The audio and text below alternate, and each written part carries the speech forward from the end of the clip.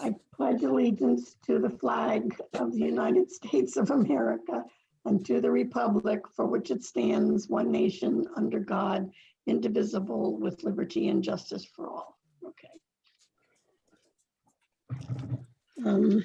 No big amendments to the agenda.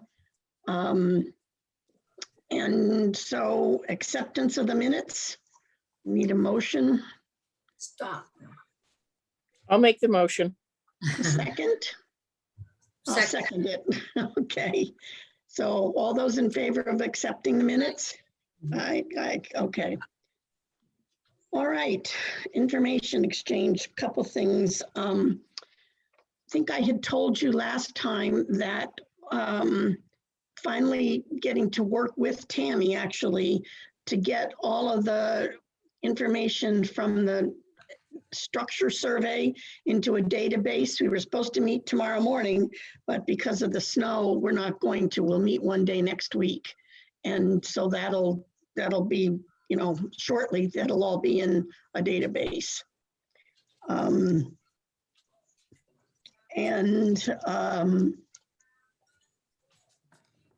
Just to let everybody know, something I think we're going to have to face with the survey business is that obviously when we did it, we just went out and surveyed all the homes, whatnot, structures, 1920 and prior. And it suggested to us that one thing we might want to do down the road is to take a look at that big long list and actually cull out the things that are really historically significant in town. So that's something we'll be talking about down the road. Okay. The Union Church Committee, there's no action on that yet. And the town manager interview, I did ask Ruth about one of us being on, and she said Kevin Netto had to make that decision. And I've tried to call him and he hasn't gotten back to me. I'll keep trying to do that. And Andy, did you put your name in for that? No. Did you fill the paperwork out for that? No. I did. Oh, okay, good. But they have not answered me. They were supposed to have answered, I thought, last Friday. Okay. But that may mean I'm not on it. You're on the list to be considered or I sent in the paperwork to be considered to be on they have Is it a committee? a citizens portion of the town manager review. Oh, okay. Well, at the very least, I mean, I'll keep trying Kevin, but at the very least, one of the things, hopefully that'll go through with you, Lois, but one of the things we might want to think about if none of us are on the interview team is developing a few questions that could be asked about, the concern about history in the town and whatnot. Okay. Continuing business. You want to look at the third bullet, the coordination with the planning board and codes officers. That was the one we said we might try to do a little something about. Well, I had a conversation with George Thabarge, the town planner, about all of that, And he was very helpful, actually. And he is going to write a report on that and get it to us, because he said that there needed to be some research first about what other towns are doing, what the state might say, and then the three groups, or the codes officer and somebody from the planning board and commission, could meet. But so he's looking into all of that. Okay, and he was very helpful. I think we may want to talk to him about a few other things too. But he was very helpful.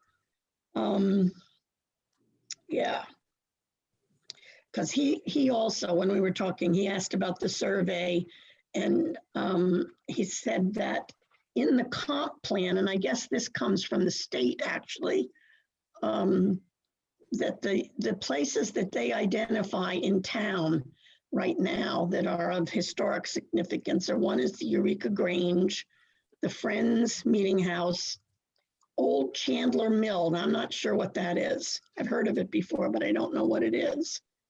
The Cattle Pound, Dyer's Ferry, which is down at the end of Ferry Road, Garish Mill, and the Samuel Robinson House. I'm not positive, but I think the Samuel Robinson House is where, you probably don't know, but where the Sturms used to live. It's a cape. If you're at the Union Church and you looked across the street, the house to the right is where they used to, I'm pretty sure that's the Samuel Robinson House. Why that's identified, I don't have a clue. But those were the ones. I think I remember someone saying, I think I remember someone saying that maybe his daughter or somebody was an opera singer. I can't remember, something like, she was kind of famous, I think. One of the houses is famous because the daughter was, opera singer or something like that. Yeah, there is that, but I don't know whether it was that one, but I know Tia. Oh, all right. Tia talked about a famous opera singer from here in town. Anyway, so as I said, he was very helpful. He's going to look into the whole planning board, commission, codes officer, permit review and all of that. After he talked to me, he was going to talk to the state, and he's going to get us a report about what we should be looking at, and then we'll meet and see what we have to do. Sounds good. Okay. I don't think tonight's meeting is going to be real long anyway. Yeah. Here are the other two bullets there were the other ones that were short term for us. The advise and assist property owners about tax credits and the survey of historical and archaeological resources. And I'll just give you a little bit of input on those. I have, tried. Supposedly, there are two places where you can get some archaeological resource information. One is the Greater Portland Council of Governments, and they have not been helpful at all. They wrote part of the comp plan for the town, but and also the Department of Transportation, apparently you can talk to if they found things, when they put in roads and stuff like that. And that person, his name is Rob Bentz, I think is his name. And he was going to look into it and get back to me, and he hasn't yet. So you might find something out there. But they're also, and I haven't talked to them, there's also somebody they identify at the state who is a person to talk to about archaeological resources. And I haven't talked to that person yet. Anyway, and the business of the advise and assist property owners about tax credits. I don't know whether anybody else watched it, but Lois and I watched the webinar that this Maine Historic Preservation Commission put out about the National Historic Register, about how it works, eligibility, what you have to go through, all of that kind of stuff. And also, one of the people at the state, I think it was Mike Johnson, sent to us, and I had forwarded it to you. He sent two things. One was a brochure that the state has about the National Historic Register, and the other was a list of consultants, because they suggest that anybody who wants to look into that needs a consultant or professional, that it's very complicated, that we really wouldn't be the people to help with that or do that. So those were those two things. That's about where we are with those. Just just to put it out there, those were all short-term, and midterm on the comp plan are developing long-range plans for the Union Church and the Methodist Church. Well, that's kind of, underway. They're supposed to form a committee and things, nothing we should be doing about that right now.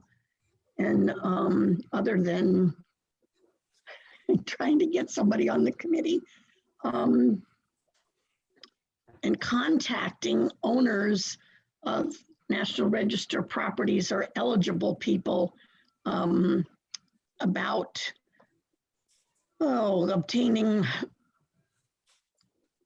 funding and whatnot for preservation projects and whatnot. Something just went through my head when I looked at this. Since it says, well,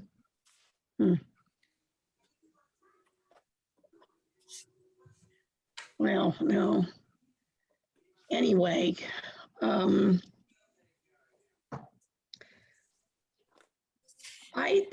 in terms of the doing anything more about any of the things that have been assigned to us, the only thing I was thinking about is that the business of tax credits and whatnot, well, that, I don't know, what do you think about putting something together that people in town could look at?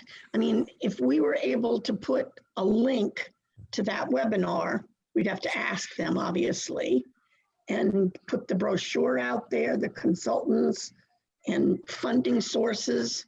I mean, we could put information out there, then put it on the town website. I don't know, what do you think about doing something like that?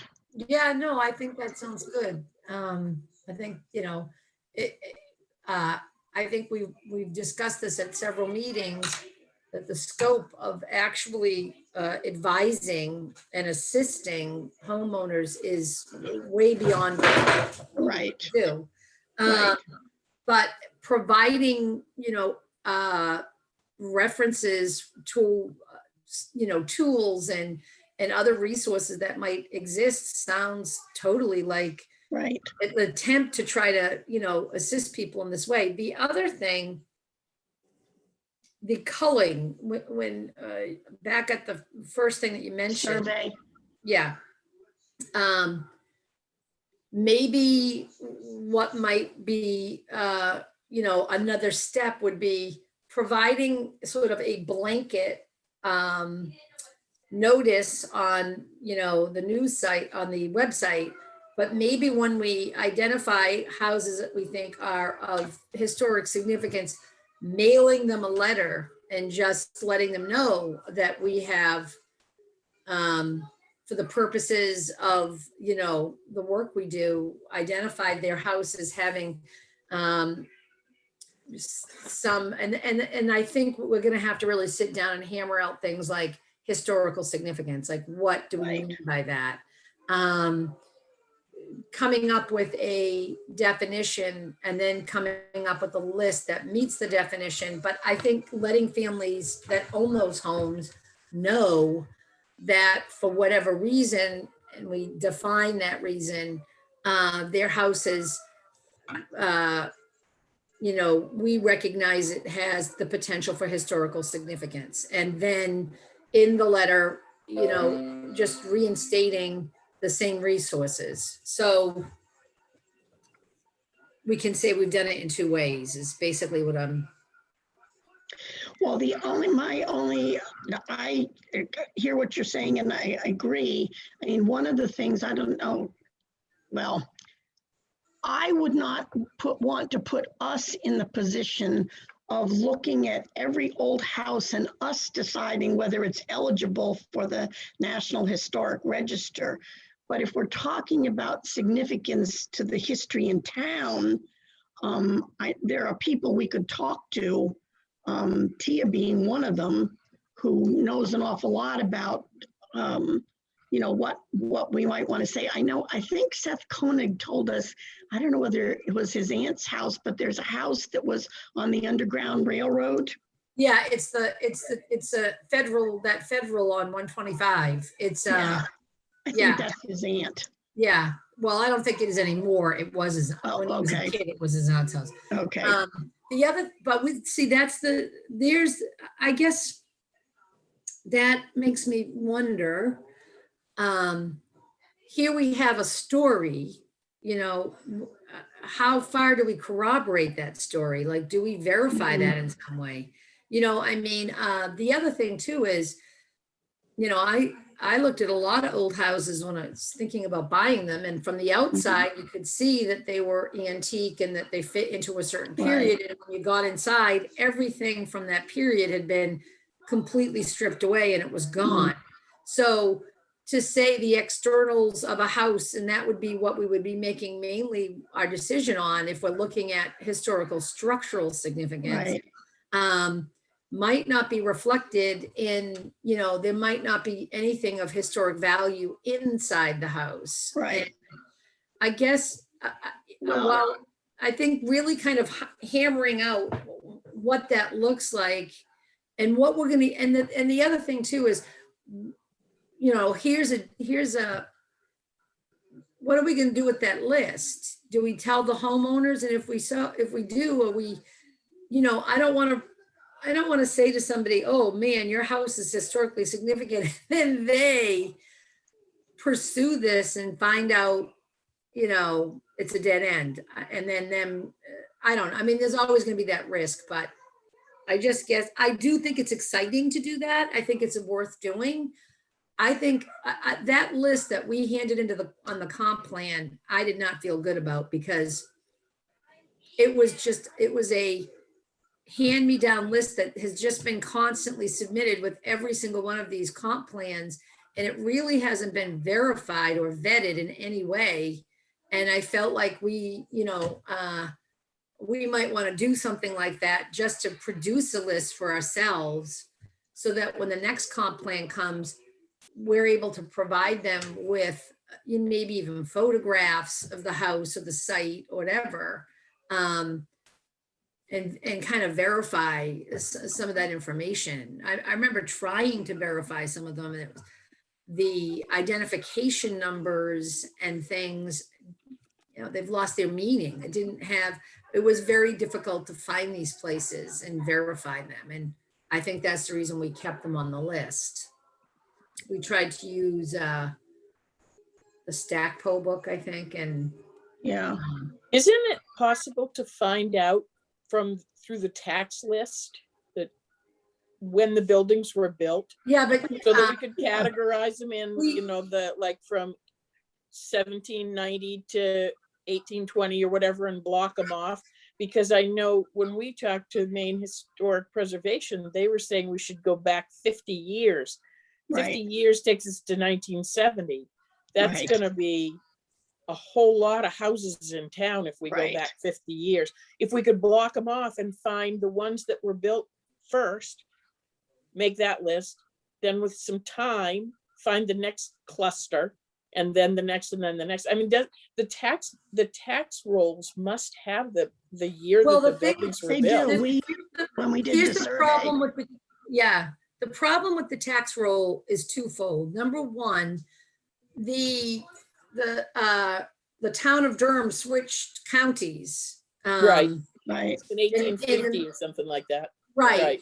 And so what ended up happening was some of that information that went from, the local town, the tax rolls got mistranslated somehow. And you've got a bunch of properties that are showing up as, 1860, 1870, there's no 1871, there's no 1873. And so there's questions about, when was that house actually built? And that, that was kind of a problem when we were doing the inventory.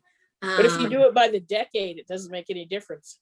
If you say which houses in town are built between 1820 and 1830 or 1830 and 1840, it doesn't make any difference whether or not what is theirs accurate? I mean, then we at least have something to work from, and maybe you already have that. We do have the survey does have everything broken down based on information from the tax roll. So we do have, Right. what information was on the tax rolls and Yes. then whatever information we could get from families, because some people knew stuff about the house that was different. Like one of the houses was moved.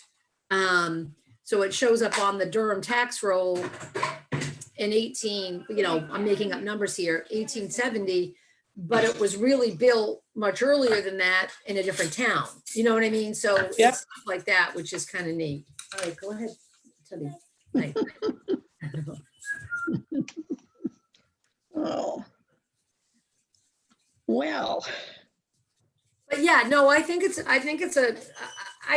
kind of thing is the kind of thing we should be doing. I think that's kind of what, that's the kind of thing I think that that no one else is doing. I mean, the Historic Society does know a lot about the history, but talking about historical sites, historical Right. houses is something that is our, expertise. So I think it'd be worth investigating how we could do something like that, because I think that would be adding to the town knowledge about, the historic places. mhm. But going back to your question, I do think that's a good thing to do. In light of the, advice and assist town people, comp plan requirement. Well, Lois, can you take over the minutes for a minute? I have to, Sure can. Yeah. yeah. Yeah, okay. got it. Oh. Get it started. Okay, well, I think probably there, in terms of the survey business, two things go through my mind. One would, in terms of talking about significance and whatnot, one would actually be something historically significant. And the other probably is structurally significant, because that's one of the things the state looks at. Are there some houses that where the structure of it is really good in terms of different kinds. But that's probably something we ought to think about doing after everything gets in the database, so that we have it. Is that? Oh, right. Yes, that makes that job easier. Yep. Yeah. And then as far as just kind of trying to begin putting together some information to put out there about property owners and tax credits. I'm not even sure just exactly what the next step would be. Anybody willing to kind of work together to look at what we've got, and I don't know, it'd be a lot easier to sit down and do it, but to do it over Zoom. You mean come up with something to put into the website? Is that what you mean? Yeah. Yeah. Right. Here's a question. Yeah. Who's in charge of sort of overseeing the rollout of the comp plan? Like, who checks to see what? I can't answer that. Paige, do you know? Sorry, what was the question? Who sort of is in charge of oversight with regard to the comp plan? Like, who would be checking in with the various committees in town to decide, to figure out whether or not they're carrying out the things on the comp plan? It's a good question. I don't think anyone. Like, I mean, it's honestly just like a vision statement for the community. That's kind of my understanding too. So the things that are in like the historical part of it are things that we brought to the comp plan that we listed out that were important to us. So it's up to us to do them, if that, if that's All what, right, because I guess in a way, because the way it's written is something that we really can't do. Right, And if there's nobody that we're gonna have to sort of defend what we decide to do to, I guess in a way,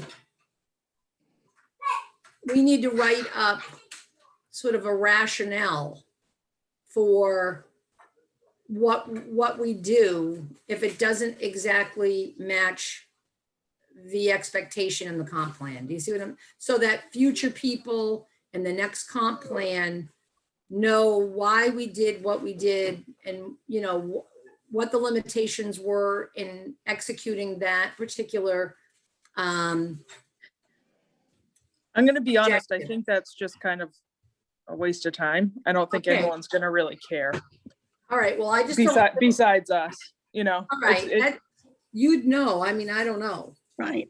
I It's, did, there's just not, nobody's gonna like, when the next comprehensive plan committee is formed, they're not gonna go back and like mark us that we failed or anything, No, you I know? don't mean it like that. Why I'm saying that is, I don't want somebody else to be looking at this comp plan and not see, and not see our doing, advising and assisting homeowners and seeking out tax credits, and just seeing that as something that never got realized, and then putting it in the next comp plan. That's the only, I'm not, Oh. I'm just trying to save somebody else in the future HDC committee from having to have, doing the same thing over, you know what I right, mean? right, I think because that we've been hung up on this, that it'd be something, Candy, when you talk to George next, to bring it up, because he's the one that wrote it. He's the one that did all the technical writing for it. And so we could just specify or just ask him exactly what he meant, because he might know that this is all we meant to say is put links on the website. We didn't mean, you know. Okay, You know, yeah, yeah. let me ask a question. Did most of the stuff that's in the architectural and historical resources in the comp plan, did George Thabarge do most of that? yeah, so there's like. That's what I thought. Each section of the comp plan, you have to fill out. It's like, you know, it goes for every town. So every town has to say this is what they're going to be doing for archaeological Right, right. resources. So you have to fill sort of like there's like a baseline of what you have to put in there. And so I'm sure some of it is copied and pasted from other towns of what Right, they put right. in their comp plan. But nobody's like, the selectmen clearly don't care what we're doing. Like, it's not something they're gonna be like. No, and my, you know, my reason for bringing it up was just, I don't want someone down the road thinking that's a realistic goal and we've discovered Right. it's not. Yeah, That's Right. all. If we have it in our minutes, and if our minutes are posted someplace by the town, and if they are then archived, we have a record without having to make another record. Right, you go. Yeah. Get you done. Go ahead. okay. But I guess my question is then, You're not a member of the HTC. hello? Get that dog out of here. Um, Sorry, we My have a question- puppy and he just looked like he was gonna go to the bathroom in the house, so we're getting him out. Oh. Um,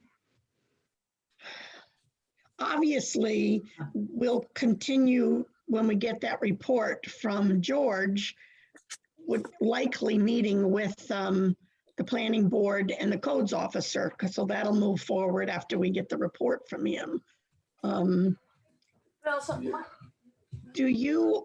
What do you all think about the idea of trying to put something together about tax credits for National Historic Register places, you know, not that we would do anything except post it online and or on the website. And, you know, do you think we should move forward on that or no, or do, I don't know. What do you think? But I think, why don't we wait and talk to George and just kind of clarify what he, you know, what he thinks? Okay. Because why do that?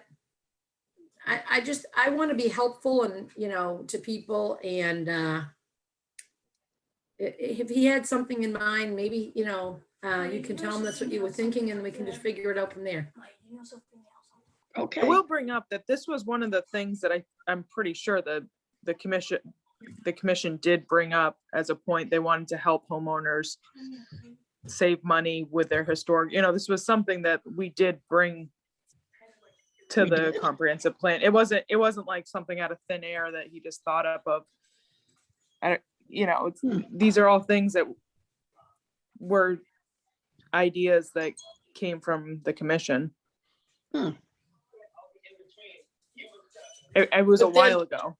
But then Just- the Maine Historic Preservation Group said that we don't have the expert, in their presentation that they did, Yeah. they said we Right. didn't have the expertise to be able to So- answer those questions. Right, We should be right. giving the people who asked the questions the list of consultants. So I thought that's why Candy was asking, should we just post that list of consultants and say, you know what, if you have a question about tax credits, Mhm. here are 15 names of people you could well, contact. Yeah. and Mike Johnson. And that's all it is. It's not like, I mean, that's all we had, that you can just check it off the list. Like, here's the list of people that can help you. Here are the resources.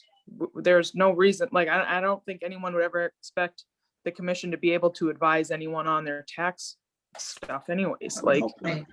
you know, I think if you post the links on the website of resources, you just check that off the list. I think Alright. we're Agree. thinking too far into it. I agree. Yeah, that sounds good. Do we want to move forward on that, or people were saying, let's wait and talk to George first? No, I mean, if that's what you think, I mean, I want to push the easy button, whatever works. And, you know, it's easy, sounds good to me. Well, Candy, you were asking if anybody wanted to work with you on that. I'll help. I'll do that with you. We can check and see Okay. with George what he recommends and then go from there. go from there. Yeah. Yeah, because we said, you know, posting something on the town website, it could include a link to that webinar. It needs some, you know, statement about the whole thing, but a link to the webinar and the brochure and the list of consultants. And also, I think it's Mike Johnson or Mike Global Baines, one of them at the state is the person they can talk to at the state. And, you know, and we put that out there for people to use themselves, and we don't advise anybody.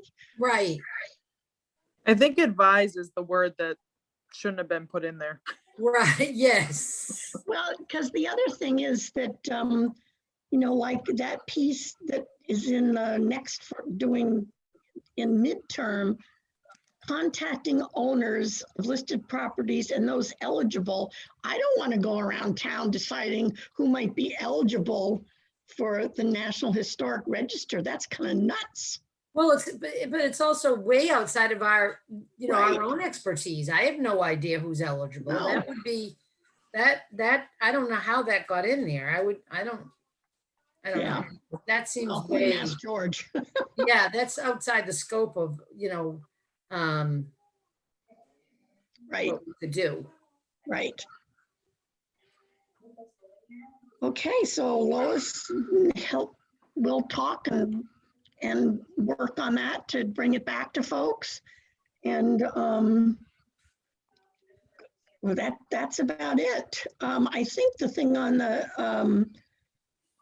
the agenda about letter to selectmen, I guess kind of from our conversation, I think I kind of heard people say, we really don't need to do that. Whether, because I was thinking, you know, the idea of letting them know that, hey, we're working on things, but not as quickly as some of the dates kind of thing. But if nobody's even looking at it, we don't need to do that, I Yeah, assume. yeah. I think, yeah, that sounds good. Why add more work? Yeah. So Candy, in the report that you submitted did you submit something for the town report? Yes. I thought so. I vaguely remember reading it. I just don't remember what it says, and I I don't remember apologize. either. I'd have to go back and look. So good. I'm glad. Maybe none of us remembers, but that's probably a good thing. I don't know. But I mean, surely it gives an outline of what we've done this year. Right. So that's another public report. It goes in the town report. So, Yes. it should be good Okay. without writing a letter. I'm saying without writing a letter to the Right, selectmen. right, All they have to do is read their own town reports. right. And to be honest, well, it's important to make sure, we're kind of trying to open up communication with them. Not not needlessly, like not, if it's not required. I don't think that's important. It just, they're busy too. Filling them Yeah, up with sure. history from us, if they're not relevant, doesn't it make sense? Right. Okay. Um, Anybody have anything else? Well, the reason we have an annual town meeting, by the way, Yeah, is Governor Andros, who came from England. He was getting besieged with colonist complaints. So he Okay. decided to have a town meeting once a year yeah, where they could lodge all of their complaints at once, and it kept him from having to deal with them on an ongoing basis. So that's kind of a neat little factoid I found out when teaching a class and teaching, but ah, so just throw that out there. so that was back, how long ago? 1600s. Oh, wow. Yeah.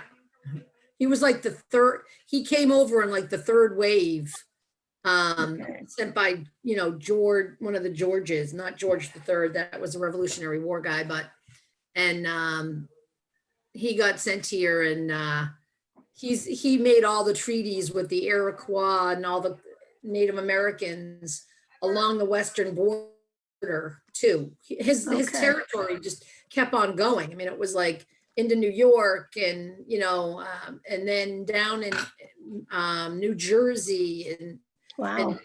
as those colonies got added, his territory Yeah. was expanding. So he came up here, and he was up here for a winter, and all these colonists were complaining all over the place. It's just like, wait a second, once a year and that's it. Because he had to be at all those meetings, so. Right, right. What class were you teaching? I'm teaching these kids the Middle Ages, and now we're getting into like the Renaissance, and we're getting into What kids? about homeschoolers. Oh, okay, Homeschoolers. okay. And so we're moving into like, the Middle Ages ended at different times in different places, and colonization and exploration sort of happened earlier in other places. And so just talking about the Magna Carta and, looking at contracts and treaties and junk like that is how I, found out about that. Is that mill in Brunswick, is that the Andros Mill? Yes, it's named Yeah. after this guy. Yeah. Okay. He built a bunch of forts too. That was another thing he did. He built a bunch of forts because it was pretty dangerous up here, for colonists. They were getting getting attacked a lot, and that was kind of interesting. Okay. Anything else? No. Oh, I do have one. I have a question. What about Anita? Is she still on the committee? Yes. Okay. Because it's hard. Oh, you came on a little late. Paula Purdy is not feeling well. That's why she wasn't here.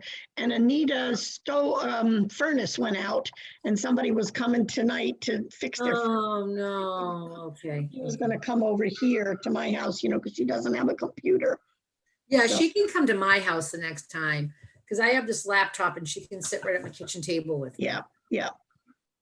Yes, she's definitely still on it. And Paula and Linda Litchfield, and I'm not sure what happened to her tonight. She said she was coming. And after the town meeting, we can ask 2 more people to be on it. Oh, great, good. Yeah. Good. So I have a question, Candy. You and I talked the other day on the phone and I mentioned about this, what the restrictions are for having a tiny house in the historic district. Did Yeah. you happen to follow up on that at all? I did. Okay. The little shed that the house directly across the street from me, they did not move that from the house next door. They built it. Okay, I misunderstood that then. And Linda is working with them to do the paperwork to bring it to us. But behind the house, and you can't see it from the road, there's a tiny little building. And they're because we can't see it, it doesn't matter as far as we're concerned. But they're trying to turn it into a tiny house because they're about to have a baby. And with all the COVID stuff, they want to be able to let their parents stay someplace and not in the middle of everything with a new baby kind of thing. But yeah, it's behind the house. You can't see it. I forgot all about it even being there. So if something's not visible from the road, then it's not considered part of the district? Technically, yes. Yeah. Oh, that's interesting. Yeah. Huh. But that's what that was Thank all. you for following up with her on Yes. that. When Jan came over and brought them over to look at your old one, Paige, they came over to look. Jan brought these people over to look at the tiny house I bought from you. And he said that they were redoing something in the historical district. And I was like, uh-oh. Yeah. You can't see it. Okay, good. Yeah. Okay. Anything else? No, thank you so much, Candy. That's keeping enough this for going. tonight. Yeah, Okay. It'll really be nice when we can get together again to actually meet with each other and, you know, work through some things. It's a whole lot easier to do that, not Zooming. yes. Okay. I guess the only to-do coming out of this really then is for Lois and I to meet and start thinking about the whole business about getting something on the website about the tax credits and the National Historic Register. And we'll wait to hear from George with the report. And we'll meet March 18th is the 3rd Thursday in March. Do you So- guys, do you want to see a puppy? Sure. Come here, sweetheart. Come here. Aw, all puppies are cute. He got spooked. It's okay, sweetness. Here you go. Mary, Oh, I it looks don't like think- it's got Springer Spaniel in it. It's got Springer in it? No, it's English Shepherd. Oh, Got him for the sheep. okay. And Mary, I think you got on after Lois and Paige did, and just want to tell you too, I'm gonna be a grandma. Oh, all right, nice. My daughter and her partner, just actually today, they're doing the foster to adopt program. Yeah, And they brought nice, a baby home today, nice. old, in How old? How old? a month. Oh, wow, okay. Yeah. So I get to see her tomorrow if I can get out in the snow. We'll see. I don't think it's gonna be a lot of snow. No, it doesn't sound like it. Did you get Anyway, did you get your second vaccine? Yep, I did. Good, good. That really worked out well because again, I was getting it on Tuesday morning with, you know, the storm Monday night into Tuesday. Well, and I was getting it in Brunswick, and what they did was they closed down in on the morning on Tuesday, and they rescheduled everybody in the afternoon. So I got to go, didn't have to, I was thinking about getting myself a motel room in Brunswick, so Oh, but I didn't have to do anything, because by then the roads were okay on nice. Tuesday Good. afternoon. So yes, I had my second shot. And I Good. had no reaction. I mean, the day I got the shot, my head felt a little stuffed full, no headache or anything. I took a couple Tylenol and that was the end of that. Wow, good I for haven't you. had any reactions or anything. So, Good. so Good. far so good. Yeah. Good, Okay. good, good. Do I have a motion to adjourn? Lois and Yep. Gary, and so all Yep. those in favor?